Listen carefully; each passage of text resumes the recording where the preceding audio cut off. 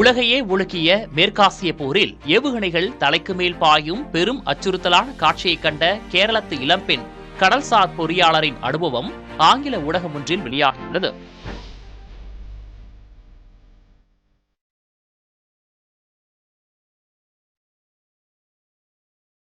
ஹிஃபா சலீம் என்ற அந்த 24 வயது பெண் பொறியாளர் சென்னையில் உள்ள இந்திய கடல்சார் பல்கலைக்கழகத்தில் பயின்று பின்னர் பணியில் சேர்ந்த சில மாதங்களிலேயே போர் வெடித்தது. ஹோர்முஸ் நீரிணைக்கு அருகேதான் அவர் பணியாற்றிய கப்பல் நங்கூரமிட்டிருந்தது.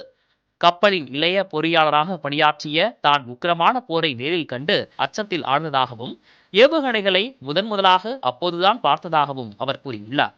ஆனால் மூத்த பொறியாளர்கள் அமைதியாக பணியாற்றியது தனக்கு மன உறுதியை தந்ததாகவும் ஹிஃபா சலீம் கூறியுள்ளார்.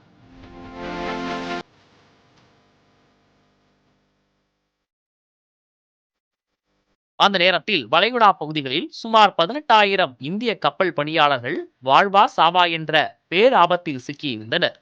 இந்த நிலையில் தனது சூழலை பெற்றோரிடம் தெரிவிக்கவில்லை என்று கூறியுள்ள ஹிஃபா சலீம், பீதியூட்டும் சூழலில் பணிபுரிந்த அனுபவம் தன்னை அடுத்த கட்ட பதவி உயர்வுகளுக்கு தயார்படுத்த உதவும் என்கிறார் ஹிஃபா சலீம்.